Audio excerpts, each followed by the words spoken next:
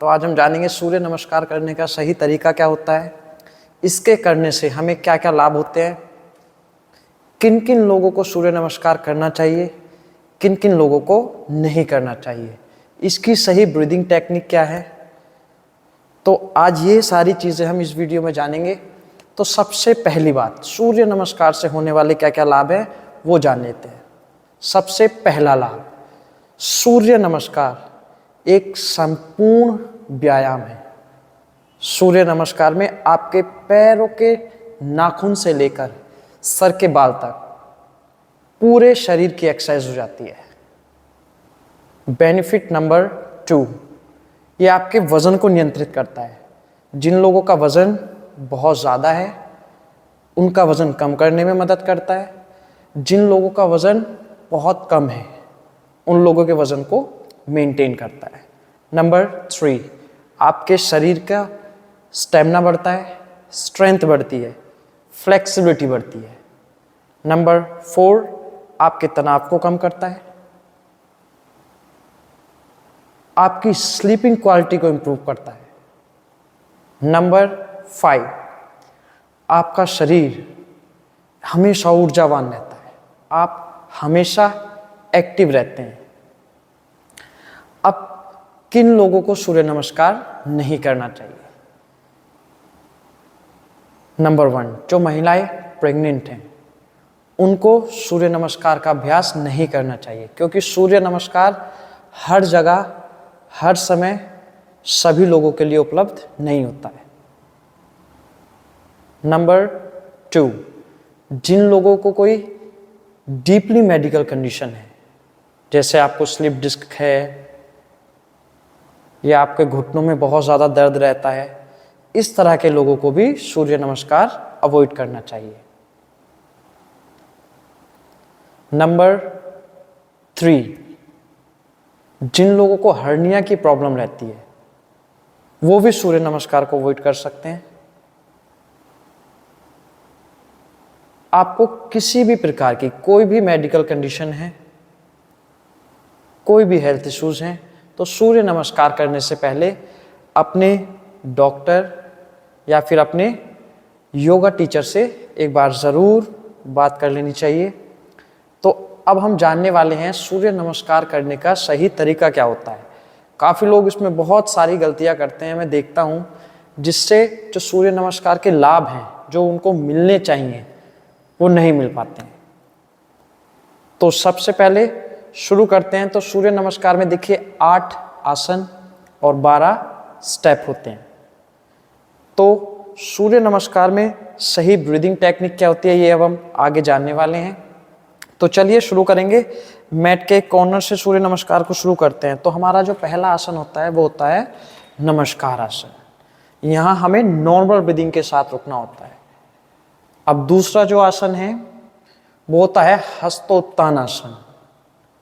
अब हस्तोत्तान में भी काफ़ी लोग क्या करते हैं, इस तरह से हाथ ऊपर ले जाते हैं, जबकि वो भी गलत नहीं है। लेकिन हम क्या करेंगे, हम इसमें थोड़ा सा चेंज करेंगे। हम हाथों को इस तरह नहीं बल्कि साइड से खोलते हुए एकदम ऊपर लेकर जाएंगे इस तरह से। इससे क्या होगा, आपके जो लंग्स हैं उनकी कैपेसिटी बढ़ती है ना, पूरा खिंचाव आता है।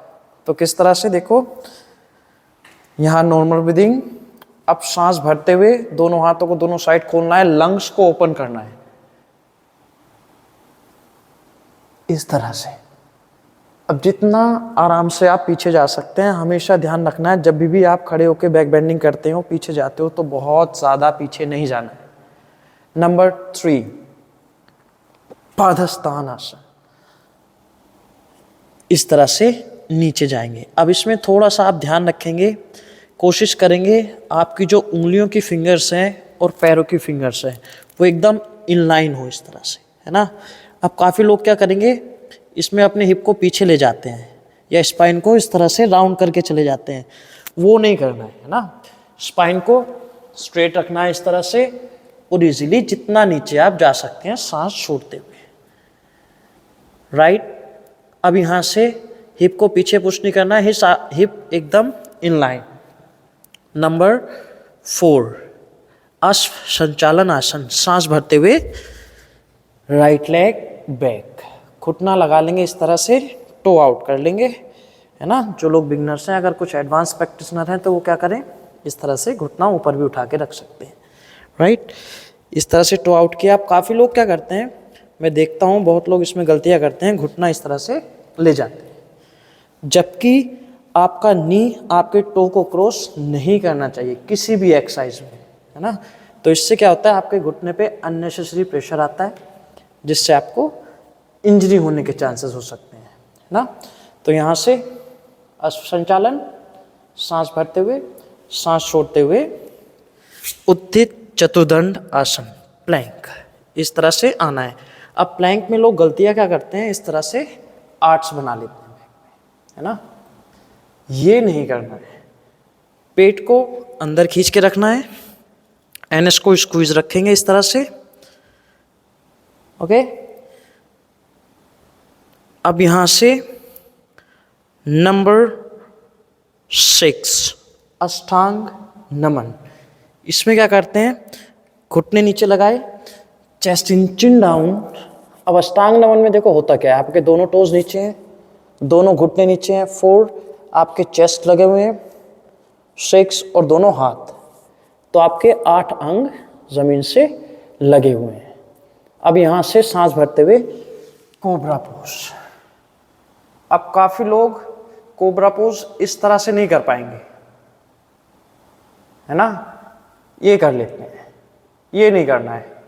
कंधे आप नीचे रखेंगे, हाथ भी पूरे सीधे नहीं करेंगे, एल्बो थोड़े से बेंड, कंधे नीचे, टोज आउट, फेस ऊपर, श्वास भरते हुए।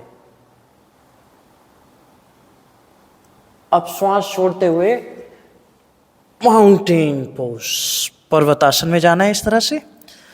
अब जब आप पर्वतासन में जाओगे तो कोशिश करना है दोनों पैरों में शोल्डर्स के बराबर गैप बना रहे, और ध्यान रखेंगे टोज आपके सामने रहें, इस तरह से आउट ना हो या ज़्यादा पैरों को खोलना भी नहीं है, टोज सामने एकदम। And try to touch your heels to the ground, stretch your shoulders. अब यहाँ से सांस भरते हुए जो पैर पहले पीछे लेके गए थे उसी को आगे लाना है। तो राइट लेग पहले पीछे लेके गए थे, उसी को आगे लेके आएंगे इस तरह से दोनों हाथों के बीच में। अब जो बिगनर्स हैं वो इतना आगे अगर नहीं ला सकते हैं तो वो क्या करेंगे, देखो पीछे वाला घुटना नीचे लगा लेंगे इस तरह से, है ना। ये घुटने नीचे लगाए और राइट लेग को इस तरह से ले आना है, ठीक है, इस तरह से ले आएंगे। जो लोग एडवांस प्रैक्टिशनर हैं वो घुटने ऊपर भी उठा सकते हैं, नहीं तो घुटना नीचे लगा के भी आप कर सकते हो। फेस आपको सामने रखना है। अब सांस छोड़ते हुए दोनों पैर आगे, पादहस्तानासन, ध्यान वही रखना है, दोनों हाथ पैरों के दोनों साइड, स्पाइन स्ट्रेट, स्पाइन को राउंड करके नहीं जाना है, स्पाइन स्ट्रेट, जितना नीचे आप जा सकते हैं इजीली। अब धीरे से सांस भरते हुए दोनों हाथ ऊपर और सांस छोड़ते हुए नमस्कार। अब सेम आपको मैं दूसरे पैर से भी करके दिखा देता हूं। अब इतना एक्सप्लेन नहीं करेंगे, अब सिर्फ हम ब्रीदिंग के बारे में जानेंगे, है ना। ब्रीदिंग पे ज़्यादा ध्यान देना है। दोनों हाथ नमस्कार मुद्रा में, नॉर्मल ब्रीदिंग, सांस भरते हुए दोनों हाथ ऊपर, सांस छोड़ते हुए दोनों हाथ नीचे, स्पाइन स्ट्रेट रखते हुए, सांस भरते हुए लेफ्ट लेग बैक, घुटना नीचे लगा के भी जा सकते हैं आप, सांस छोड़ते हुए दोनों पैर पीछे, प्लैंक, इस तरह से। फिर नॉर्मल अष्टांग नमन, नॉर्मल ब्रीदिंग के साथ। अब काफ़ी लोग अष्टांग नमन में भी नहीं जा पाते हैं, तो वो क्या करें, पहले इस तरह से लेट जाएं, है ना, फिर टो को अंदर किया, हिप को ऊपर उठा लिया घुटने नीचे लगा के इस तरह से, और फिर कोबरा पोज में आ जाएंगे सांस भरते हुए। अब सांस छोड़ते हुए फिर से पर्वतासन। अब सांस भरते हुए लेफ्ट लेग आगे, सांस छोड़ते हुए दोनों पैर आगे, सांस भरते हुए दोनों हाथ ऊपर, और सांस छोड़ते हुए नमस्कार।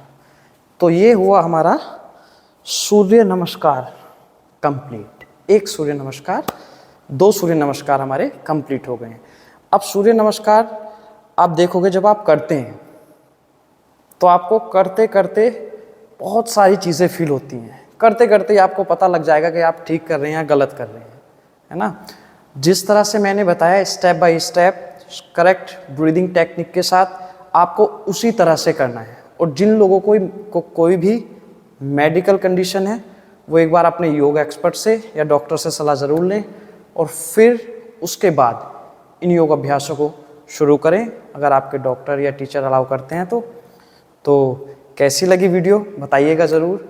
जल्दी मिलेंगे अपनी नेक्स्ट वीडियो के साथ, तब तक के लिए नमस्कार।